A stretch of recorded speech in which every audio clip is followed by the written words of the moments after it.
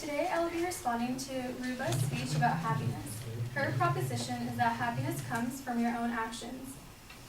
Her number one secondary claim is that you can't be happy as a person if you don't try to find it in yourself.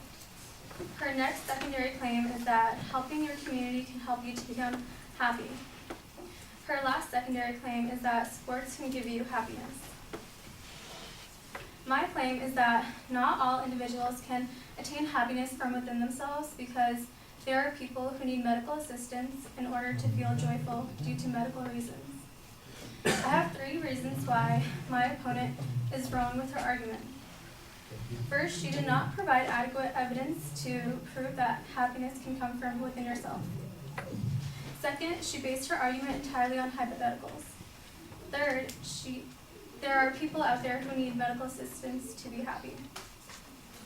Starting off with my first claim, which states that she did not provide any solid evidence. Her works cited page did not list any legitimate sources. She had restated her claims in the bibliography and not actual websites. She used an example by vaguely mentioning Nit Vujicic, but she provided no credible source to prove this is true. And there's no backstory to explain who he was. I was not even aware of who this person is and what makes him important. She simply just stated how he does not have any legs or arms and how he focused on what made him happy. We were not told what he did to be happy or how he got to a happier state of mind. This claim was very unclear, and there was no data given to back up her claim. There were no statistics provided. So moving on to my second claim, she only had hypotheticals to back up her argument because there was no solid data to prove her points. The information provided was entirely hypothetical. For instance, when she discussed how helping your community can help you to become happy and helping your community by doing volunteer work will give you happiness. There was no proof to let the audience know that volunteer work can guarantee people happiness.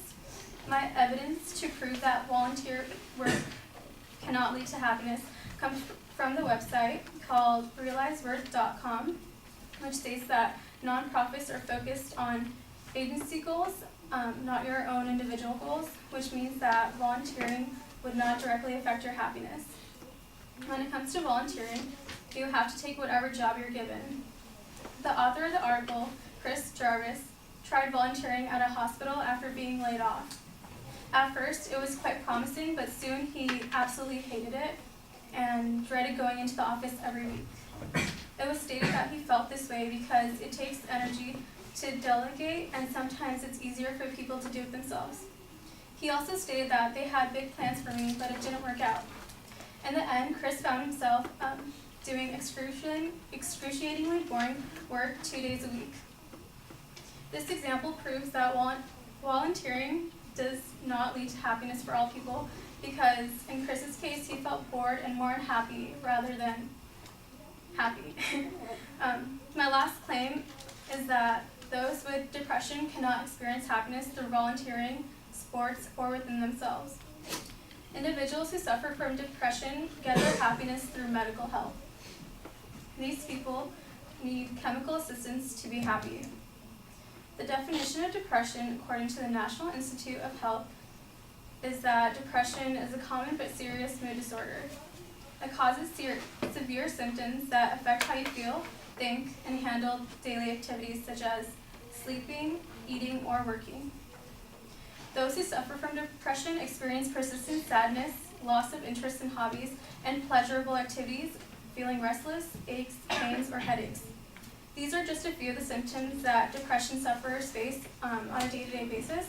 It is safe to say that people who have depression are not going to experience happiness unless they are taking medication. According to the Anxiety and Depression Association of America, 54 million Americans are affected by depression. Depression is usually treated with medications such as antidepressants or psychotherapy or a combination of the two. Antidepressants have proved to benefit depression patients. Melinda Smith has a master's degree in psychology and over 15 years experience as a health writer, and editor. According to her article, What You Need to Know to Make an Informed Decision, she states that patients felt higher levels of happiness after having taken medication. It can take anywhere from 3 to 8 weeks of medication until you experience the full effects. An individual who is suffering from depression cannot simply go and play basketball to become happy, or volunteer, or simply look within themselves. They need chemical assistance to be happy. In conclusion, her proposition wasn't very argumentative because it didn't provide much controversy since she didn't explain why her claim was something to argue about. More context was needed because there isn't much to argue about with this claim. Her claim was that happiness comes from your own actions, but this would not apply to all people, such as individuals who are suffering from depression. This is why her argument is wrong. Thank you.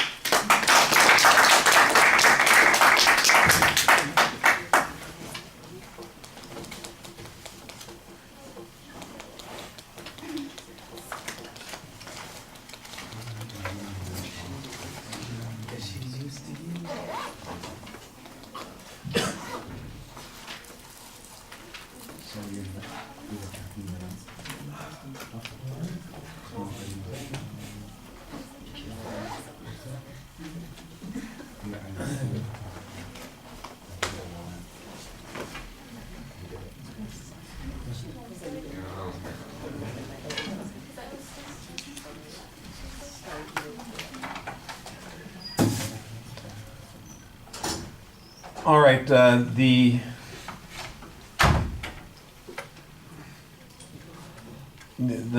basically the premise that you set up at the beginning of the speech, especially with that third point, is that the advocates made a sweeping generalization that they've failed to support with any evidence, and they've ignored a significant exception that's going on here. So that's the way I see your argument being developed. You label the secondary points pretty clearly that the advocate presented, and then you're going to follow that structure reasonably. That's good. You challenge the evidence on the first. Your whole first argument is basically that the advocate failed to provide any evidence. The only thing that they present that would constitute evidence is this example, and you criticize the example as not being cited very clearly, which I think is reasonable. I think there are other arguments that you could make as well about the example, that it's not sufficient in order to make this kind of inference, that we don't know the situation or conditions under which this example existed. There could be other explanations. For example, maybe they also got some chemical help, despite the fact that they, had these other physical limitations that's going on there. And then maybe throw in the argument that simply says, look, and there's no citation on this, we don't even know where this comes from, as opposed to making that the primary argument that you've got there, which I'm not sure does a lot for you. I do think we expect people to cite their information, and if this was a paper, your English instructor would toss it out. If it was an editorial that you were trying to get printed, the publisher would say this is not adequately proved.